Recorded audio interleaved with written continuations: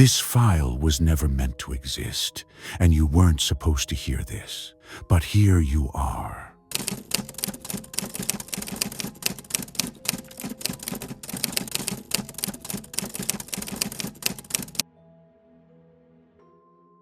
Emily learned the sound of pain had weight, not just noise.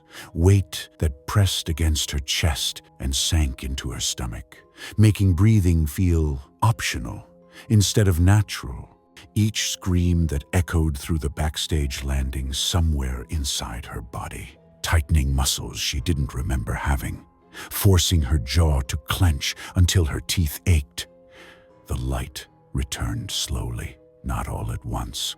First, a dull glow, then shapes, then color bleeding back into the world. Like a wound reopening, Emily lay on her side, with her cheek pressed against the warm, pulsing floor. It felt slick now, damp, her skin stuck when she tried to move, peeling away with a soft, nauseating sound that twisted her stomach. She pushed herself up on shaking arms. Her elbows were raw, skin scraped away, blood smeared beneath her weight. She barely noticed the pain anymore because it had blended into everything else. Marcus was no longer rocking. He was staring, his mouth hung open slightly, lips trembling, eyes fixed on something Emily couldn't yet see. His breathing shallow and rapid chest fluttering like a trapped bird. Emily followed his gaze and understood. The space had changed. Where there had been emptiness before, there were now rows. Not chairs, but platforms, tiered and rising into the distance, curving upward until they vanished into shadow. On them sat shapes, dozens, maybe hundreds.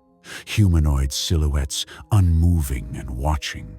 Their faces obscured and blurred like smeared reflections in dirty glass.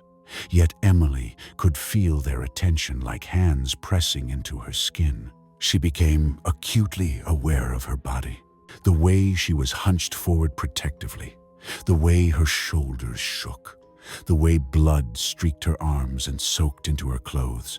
She felt exposed, observed, judged. Her pulse spiked, and her breath came faster as the floor beneath her pulsed harder. It liked this. Simon groaned above them, a low, broken sound. The shadow restraints loosened slightly, just enough to let him slump forward. Blood rushed back into his arms, painfully making him gasp. He cried out, with jaw clenched and body convulsing as sensation returned too fast. "Please," he whispered with a shredded voice. "Please, stop watching." The silhouettes leaned forward, not physically, but the pressure increased. The clown appeared at the center of the space, stepping into a brighter pool of light. It looked energized, its posture straighter, its movements smoother, the smile sitting more comfortably on its face like a well-worn mask. "Do you feel that?" it asked, voice carrying easily. "That tightness in your chest, that heat under your skin?" Emily swallowed hard as her throat burned. That's connection. It gestured upward. They're listening. Marcus whimpered that he didn't want them to see him. The clown turned to him slowly and said gently that they already did. The floor beneath Marcus shifted, not violently, but deliberately, rising slightly and angling his body toward the platforms, forcing him upright as Marcus cried out, with muscles screaming in protest, legs trembling and knees threatening to give out, while blood ran down his shins from reopened wounds.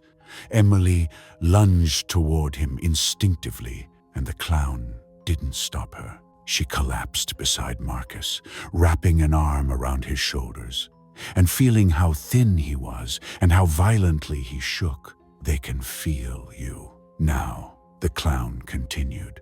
Your fear travels, it spreads. Simon let out a sobbing laugh and rasped that that's why it hurts more. Every time someone listens, it feeds him. The clown smiled wider and said yes. The images appeared again, but this time they weren't memories. They were live. A woman in bed with earbuds in and eyes closed. A man driving at night with a podcast playing softly through his speakers. A dimly lit room. A phone screen, glowing. Someone leaning closer. Listeners.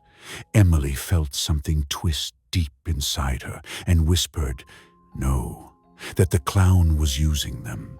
The clown tilted its head and replied calmly that they used it, that they came for the fear, and it just made sure it was real. It stepped closer to Simon and placed a hand gently against his chest. Simon screamed, not because of force, but because of pressure, as his ribs pressed inward slightly, and breath was forced out of him in a wet gasp, blood bubbling at his lips as he choked with eyes rolling back and body thrashing weakly. Emily screamed his name as the silhouettes leaned forward again and the pressure increased. The clown removed its hand and Simon collapsed, gasping and coughing blood onto the floor in dark spatters. See, the clown said. They felt that Emily's entire body was shaking now, her hands slick with blood, and her stomach churning violently as every instinct screamed to hide, to curl up, to disappear. But there was nowhere to go because the backstage did not allow escape, only performance. You're not killing us, Emily whispered. You're keeping us. The clown looked pleased and said yes. Why? She demanded. Why do this? The clown's smile faltered just for a second, long enough to matter. They taught me, it said quietly, that pain only matters when someone sees it. The floor pulsed harder as a new scream echoed from deep within the space closer. Now, the clown turned toward the sound with shoulders relaxing and said softly, another listener. And as it walked away, it glanced back at them and told them not to disappoint them because they were very attentive tonight. The light dimmed again. The silhouettes remained watching, listening, waiting, and somewhere in the real world, someone leaned closer to the sound.